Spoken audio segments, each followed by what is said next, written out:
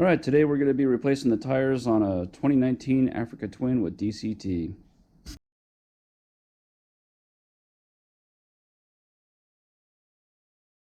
Alright, first things first, what we're going to do is go ahead and loosen the lock nut and your adjustment bolt using a 10mm and a 12mm open end wrench. We're going to start with loosening the lock nut, backing that off, and we're going to go ahead and turn this in until it's away from your axle block. And then repeat the same process on the other side.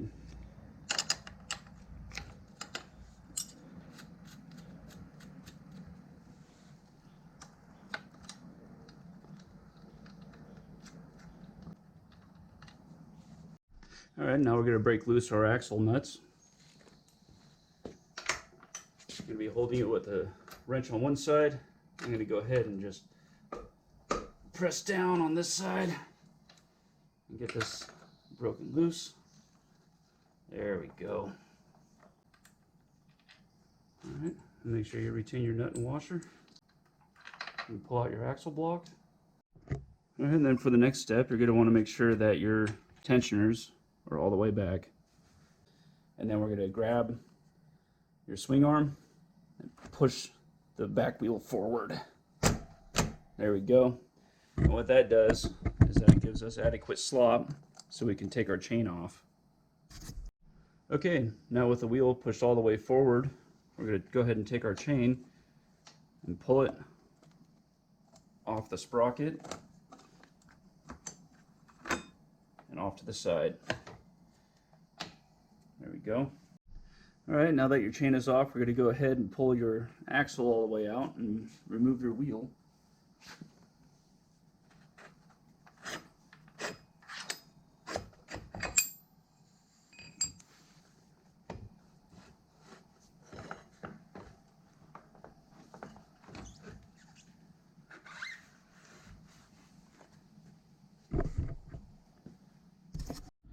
Alright, now that our rear wheel is off, we're going to go ahead and check things out on it, make sure things are wearing normal. Still got some clean, fresh grease in here. I mean, that's really not bad for 10,000 miles. And once I get all these wiped down on both sides, then we'll continue with taking that tire off and replacing it.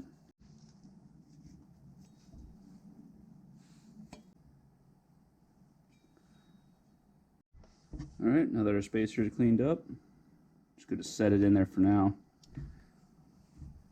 Give it a little spin, and there you go. Alright, I'm going to go ahead and repeat the same procedure on this side. I'm going to clean up the spacer, wipe down the inside diameter, and I'm going to clean all this dirt off the outside of the seal there. I'm just going to go ahead and stuff a Q-tip in there. Kind of clean out any of this old grease that might be hanging out in there. There we go. Like I said, I mean, really isn't bad for 10,000 miles. Alright, just like the other side, I'm going to take the cleaned off spacer, go ahead and put it back into that grease seal, and leave it there as a little place keeper.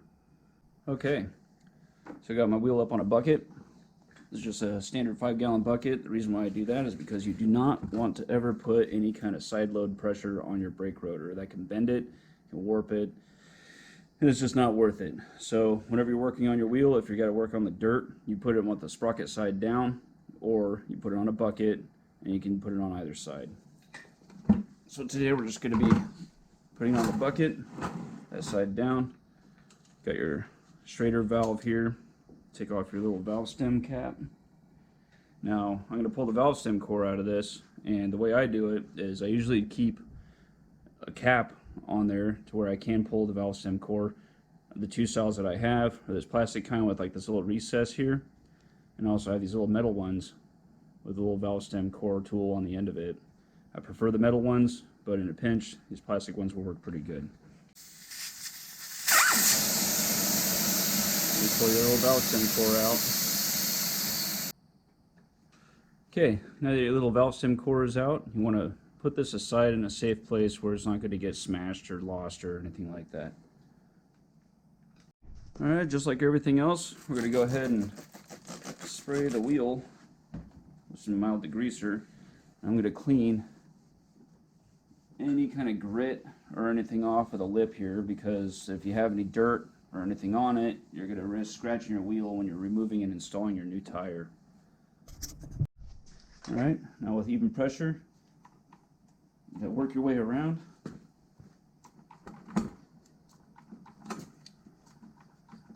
And start pushing that bead down inside the tire. Sometimes you might need an extra little hand, so you can use a tire iron. I've taken the liberty of smoothing all the ends of mine out so it won't scratch or gouge anything, so there's no sharp surfaces or anything. And another really useful installation tool is Windex. So this stuff, it acts like a good lubricant, but then when it dries up, it doesn't leave any kind of a residue or anything that would cause the tire to slip on the rim. Okay, so we're going to go ahead and pull our hub, which should just pop right off. There we go. You see that there? Shoop. You got these little rubber bumpers. So you're going to just go ahead and pull all this stuff out and set it aside, or throw it over the floor.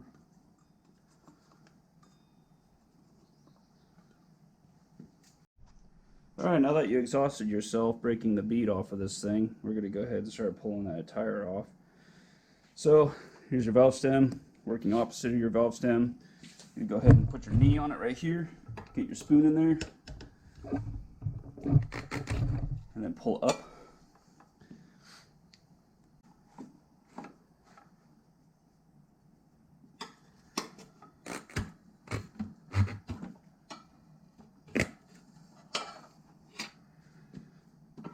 We're just going to work our way around.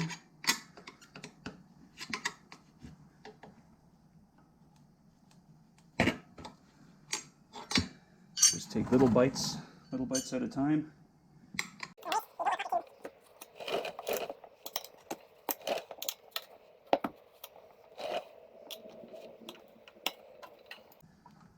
There we go. Sweet deal. Now that we got that side off, flip her around. And rain sweat everywhere.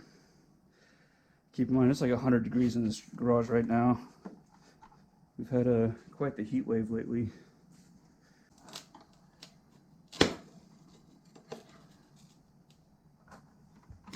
Oh, there we go. Alright.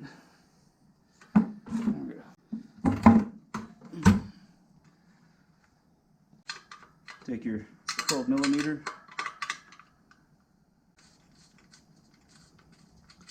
Remove your, remove it and don't throw it. Remove your valve stem retaining nut. And push your valve stem all the way through the hole. Take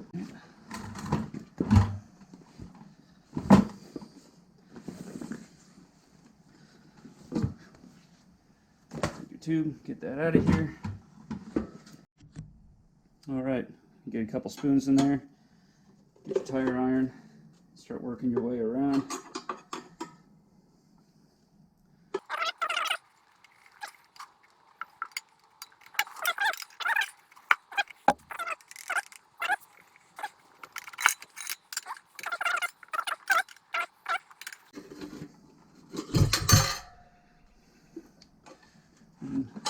Might get to the point where you just grab the tire, lift it up off of the rim, get rid of that sucker. So now's a good time to go over your rim, try to find any defects or any kind of corrosion, because I do know around this guy right here. So you have a steel fitting going through an aluminum rim, and it's going to cause some oxidization and corrosion of both components. They're not really insulated away from each other, so Just be careful that it's not like completely getting eaten away and creating jagged sharp edges or anything, because that'll pop your tube and ruin your trip. So I'm going to go ahead and get this cleaned up and then prep the new tire to go on. Alright, now we're ready to install our new tire. First thing I'm going to do is make sure that the direction of rotation is correct by locating this little arrow and then making sure that that is going in the correct side. So this right here is where our sprocket is. Sprocket's going this way, tire's going that way, everything's going good. Okay, so we're going to go ahead and spray down the bead with some window cleaner. Make sure you get a lot on there because this tire is so hard. Harder than a dog's head.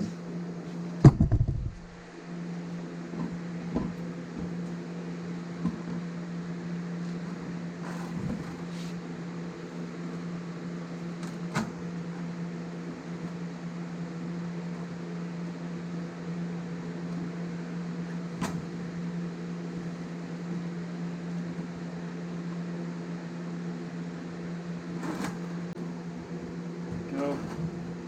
Getting closer. There we go. Alright, next we're going to go ahead and locate our valve stem hole, which is right here on this side. Now I went ahead and pumped up the inner tube to make sure there wasn't any leaks in it, because the last thing you want to do is go through all of this trouble and you have a leak in your tube.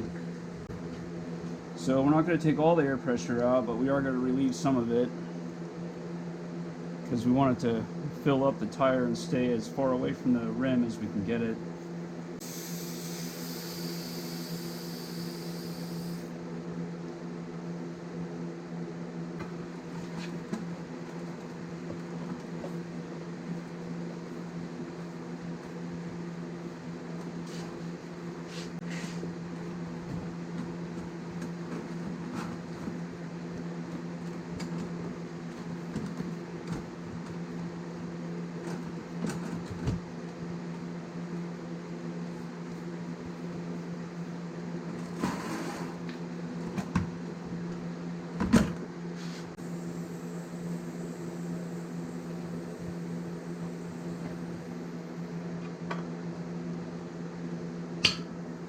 Okay. And then reaching through to the other side. Try to get this valve stem poking through the hole here. Okay, and then you just want to get your fingers in there somehow and get that valve stem to poke through the hole. You just need a little bit.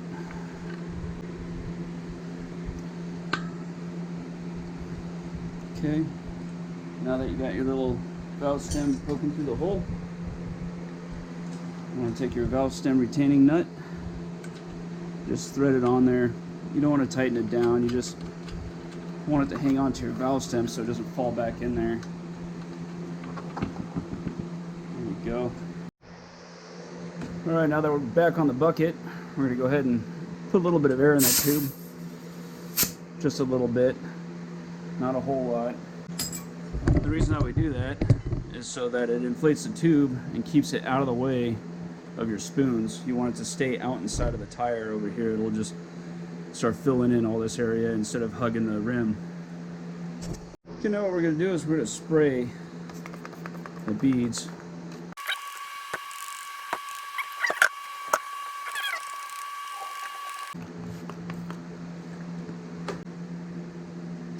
Alright, so locate your valve stem. Make sure your tire isn't cocking it over. You want it to be poking straight out. And we're going to start on the valve stem here. Some people start on the opposite side. But I just want to get this valve stem part out of the way.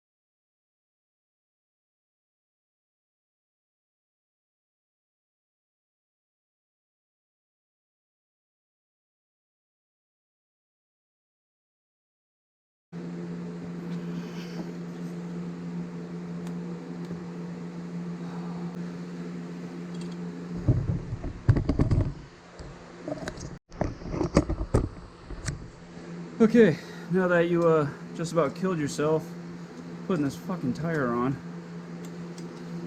go ahead and take all your tools off, and let's hope that we didn't pinch the tube.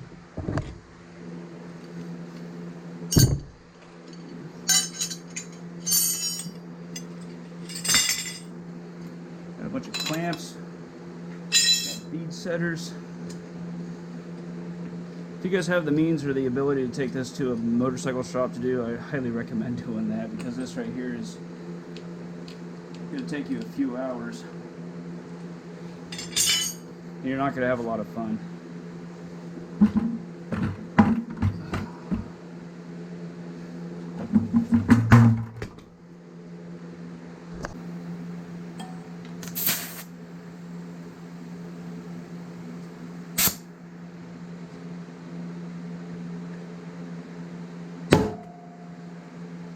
Alright, before you reinstall your rear wheel, you want to make sure you clean off any grease or oils off your rotor using standard brake cleaner. I'm going to go ahead and apply this to a rag and give it a good wipe down. Make sure there's nothing on there that doesn't belong on there. We're ready to reassemble our rear sprocket and cush drive assembly. Now you have a sealing area inside of here that this O-ring, or I guess I'll just call it a dust shield, but this thing seals against this, and it keeps water from getting from here into here. And there's also a bearing on this side and here. So we're just going to go ahead and coat this with some grease and keep on trucking. Now I'm not going to put a whole bunch, because this is just to keep dirt and water out, but I'm going to put enough to coat all the surfaces. Maybe lubricate just the leading edge here a little bit. You don't need a lot. There are little rubber bumpers here. We're going to go ahead and stick our little rubber bumpers. Before you put these back in, make sure you look at them, make sure there's no damage or anything on them that doesn't belong there. These seem to be in really good shape. So I'm just going to go ahead and stick them back in. Okay. Then you take your drive, stick it on in there.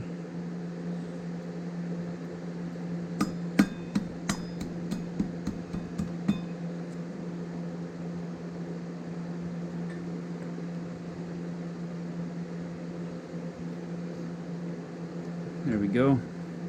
Same thing with your dust shields. You want to take a little bit of grease, pack it up in there.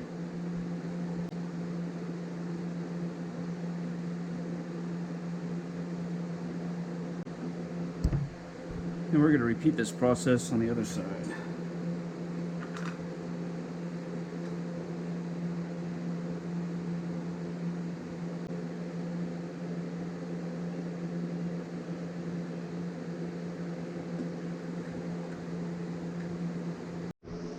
Okay, now it's time to reinstall our rear wheel. Go ahead, tilt it in there, just kind of work it in past the brake caliper. And you want to get that rotor just inside of the brakes, the emergency brake. And once that's started,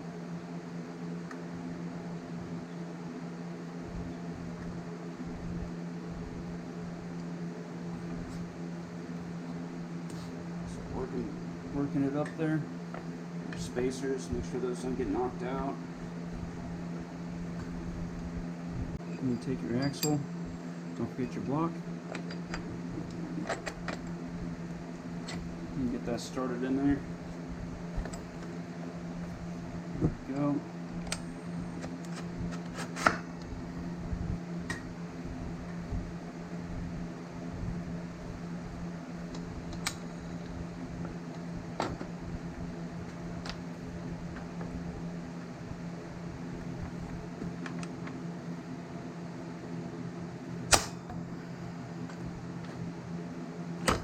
Pushed all the way forward. So jam her all the way forward. Get your chain started. There we go. Keep your fingers clear. Your chain is on.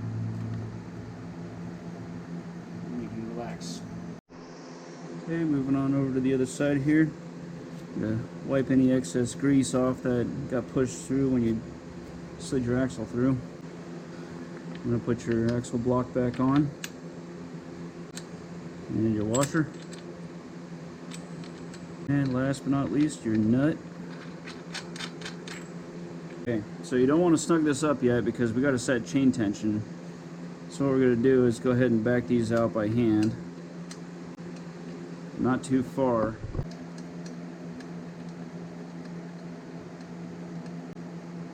Just until it's touching. Alright, now that we're ready to tighten your chain, we're going to have to put the motorcycle back on the ground.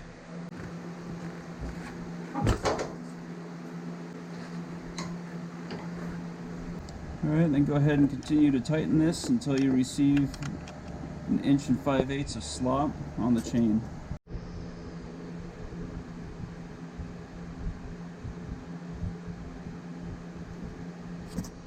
Alright, then once you receive your 1 5/8 inches of slop on the chain, we're going to go ahead and tighten our lock nuts.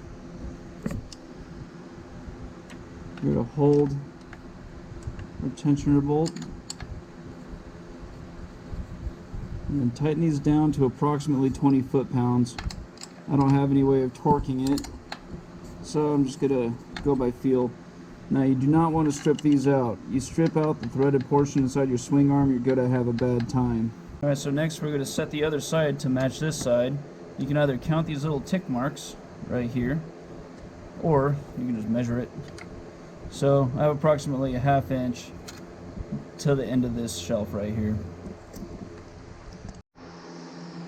And I'm just going to adjust it until I reach that 1/2 inch. There we go. Alright, and then same as the other side, you're going to tighten your lock nut to approximately 20 foot-pounds. And then double check your measurements. It looks like we're good to tighten our axle nut. Okay, so I'm going to attach a large breaker bar to the axle here and then brace it off of the floor just for the sake of showing you guys. And then we're going to torque this nut. We're going to torque the axle nut to 74 foot-pounds.